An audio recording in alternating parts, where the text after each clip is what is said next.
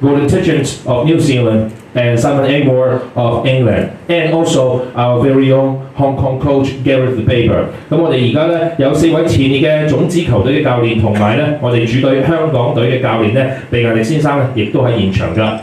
So before we open the floor to questions from the media, well, let us start the ball rolling with questions to each of our coaches from me. So first of all, to Ben. As defending Hong Kong Sevens champions, well, how does it feel to be coming back to Hong Kong in a different jersey? Feels good. They're a very good side with huge amounts of tradition around Hong Kong. It's a tournament that the entire nation of Fiji, just under 1 million, will all be glued to the TVs on Friday, Saturday and Sunday. As many of them that can get across are getting across, and as I'm always told, you can lose every game all year. As long as you win Hong Kong, you'll be okay. No pressure. Well, let's talk about winning. The team has done well and had a great win in Tokyo 7. So how did you maintain your momentum? Well, we haven't really maintained our momentum because we have to start again this week in Hong Kong, and we had some very physical games against some very good opponents last week, and just about managed to get ahead of them all. A few bruised and battered bodies now that are slowly recovering, and hopefully we'll put on a good show this weekend again. All right, thank you, Ben. So next question is for Neil. So you're currently leading the series standings and are proving to be one of the most consistent sides amongst the core team. So what is the secret to your team's success this season? Yeah, I think you mentioned it. I think in the beginning of the season we said in the past we were very up and down. We win a tournament and then the next tournament we don't play well at all. So for us going into the season, almost the theme for the season was consistency, just to keep it up there every single time we go into a tournament, and not just consistency in getting to a final, but also consistency in our performance from the first game to the final in a tournament. Well, one more question for you. It's not for me, for my colleagues. I have to emphasize that because they said Hong Kong has proven to be South Africa's bulky tournament. What will it take to break through here? Yeah, we played 3 finals here before. I think we lost one against New Zealand and then one against Fiji in 2008 and 2009. So I won't say it's a bogey tournament, and I think we showed in Wellington, it was also said that that's a bogey tournament that we reached the final over there. So I think this team's got a different mindset and a different mentality towards tournaments, and hopefully we can do well in Hong Kong this year. Good luck to you, Neil. And next question, welcome back, Gordon. So New Zealand and South Africa are jogging with each other at the top of the table. So do you see this as a 2-horse race, Gordon? Well, I mean, it looks like that way on the points table, but there's also Fiji, which are certainly coming up from behind. I think no tournament's ever over till it's over, and it's sort of one tournament at a time for us, like it's one game at a time, so we never look too far ahead. But at the moment, if you look at the points, it says that, but it certainly isn't. So can you talk about the teams that you have selected for the Hong Kong Sevens this year? Can you? The teams or the players? Well, can you talk about the team you have selected? Yeah, I've got quite a well-balanced side. This team, I'm lucky to have got through a lot of the tournaments without a lot of injuries this year, which is pleasing, and also with the experienced core group of players I have in DJ Forbes and Tilly Mickelson.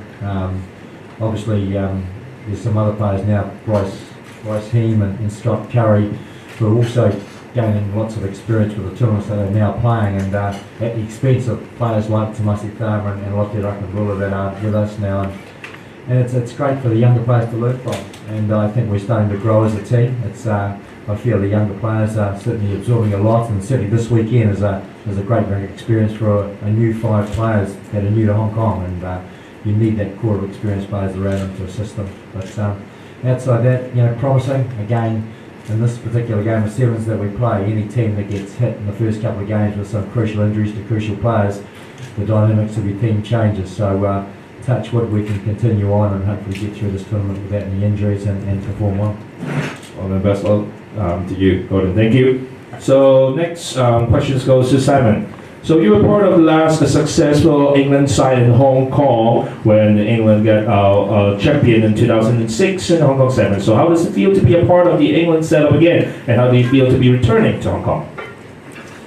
It's a great honour, I think, for any of the coaches here to be coaching a national team, and to be able to coach a team at Hong Kong again is a huge honour, and it's such a wonderful tournament. It's the history, the tradition, the atmosphere, and the quality of the games that are played.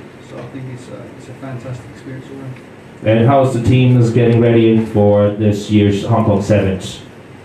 Yeah, it's a challenging one this time with a short turnaround from Tokyo. So I think probably like most teams, we're taking it pretty easy and just trying to get the guys ready to rock and roll come Friday.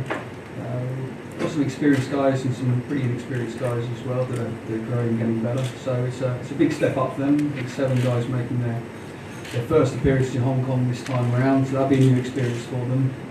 So hopefully we can take a step forward from last weekend. All right. Well, thank you, Simon. Thank you. And well, last but not least, we have Gareth here. So, Gareth, what do you think of the Hong Kong Sevens format this year? How do you rate Hong Kong's chances? Well, I think you said it earlier on. I think that we're 1 from 12, aren't we? Look, there's some good squads in there. We played recently against some of the teams, and we didn't fare too well against Zimbabwe and Russia last week. And that's given us a focus going into this week. The squad are in a good place. They've worked hard. They're a young group of teams of professionalism, but they're working hard to really go for that goal of getting themselves into the World Series. Okay. Well, you have been here before as a player and a coach of Team Wales. So, what will it take for Hong Kong to prevail on the weekend and achieve the ultimate prize of the core team status for next season? We have to give them a go. It's as simple as that. The guys have said it here. It's about consistency. It's about sometimes controlling the emotion that you go and play with and balancing that out so that you're able to perform game after game. And we're setting our targets on 6 tough games. Within the sixth game, hopefully we're in that position to push on the World Series. So after last time's training span week, so are we dealing with any injuries or is there any updates so far the status for the team? Nothing more than what's been listed in the press. As the guy said, there's bumps and bruises in their teams, there's bumps and bruises in our teams, but it's the nature of being a rugby player. You have to go on with it. Some people go in. You never 100% as a rugby player. You're always carrying something. They're professionals and do a job when they can. All right, thank you, Gareth. So okay, now I'd like to open the floor to questions from media. 咁而家咧輪到喺在場傳媒發問嘅時間啦。So media friends, if anybody wants to ask questions, right there. This question's from Neil Howell. Neil, in terms of your series ambitions this year, just how important is Hong Kong and winning Hong Kong to you? Yeah, I think obviously this weekend is important, but I think the mistake that we will make is to focus on that on the points table when we go into that tournament. I think it's all for us focusing on the process and definitely going to that pool games. Our focus will be in that, and you have to get through your pools first before you can play in the final and win a final. So our focus will definitely be on that first game against France on day 1. Thanks. And just a question to Gordon as well. Gordon, you're behind by 2 points at the moment. Is it better in a series title race with all your experience of winning titles to be chased or to do the chasing? Yeah, that's a pretty good question. But if you went back to Wellington and Vegas, where we were behind then and we managed to win that, and then we found ourselves 2 points ahead. So we don't really reflect on the points. It's about just doing well in the tournament. I think that's really crucial. And if you're doing well in the tournaments, then the prize at the end comes. So that's the way that we look at it. Okay, next question. Yeah, another question for Gordon, please. Gordon, at the back. Hey, we're there. Yeah. Just what does it take to win the Hong Kong Sevens? Consistently winning every game and performing well in all the tournaments, all the games. But it's absorbing all the pressure earlier on, even Friday night. It's for the new younger players and certainly 50, 60,000 there, and it is the tournament to be part of, and a great one to win. I even noticed certainly the extra bit of pressure, and no doubt Ben will feel that with Fiji as well and what it means to them. But it also means a huge amount to us. Winning Hong Kong, I've been part of the team that's won Hong Kong a few times, and it is very, very special. it's having to absorb all the pressure and perform well. And looking forward to that first game. I feel the first game on Friday night really sets the trend if you perform well for the balance of the games, hopefully in the tournament. Any more questions? Right there, at the back first, and then back to the front. This is a question for all four coaches on the World Series. There seems to be a little bit of confusion in the tackle law. I believe that the so-called 360 rule, that you all can't, you all have to release the ball immediately. Now, is this something which is brought in especially here, and is that going to cause any problems to the teams? Ben, you first. No, I mean that was brought up in the coaches meeting this morning, and you always have to adapt to things that happen on the hoof. So I'm sure everybody's in the same boat. It's new, right? Is this new? Is it new?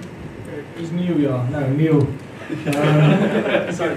Yeah, it's like Ben said. It's you just have to adapt. They make the rules and you have to adapt. If you don't, you get penalised. So there's nothing we can do about it. It's we speak about it in the meetings and we all get to a conclusion that that's how it's going to get ref, and we just have to adapt and play it according to the rule.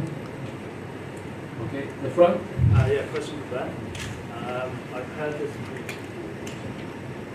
I've heard that the weather's not going to be too kind this weekend. I just wonder how that might affect the Fiji boys in particular, and if that's something that you might worry about.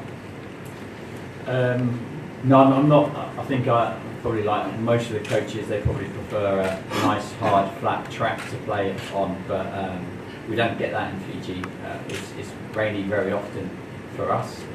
12 feet of water in Suva every year, and we get big floods and cyclones that sweep in. And the boys are used to playing lots of tournaments in the wet. And actually, I think looking back at some of their victories over the years on a really soft, wet Fiji-style pitch at Sokompo, it's probably actually helped them in a funny way. So no, the boys, as long as it's cold, it's not cold, it's warm though, and I think they'll be fine. Any more questions?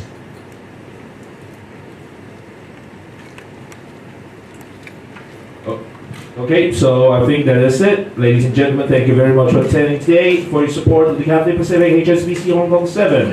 今日嘅記者會到咗尾聲啦，多謝大家出席。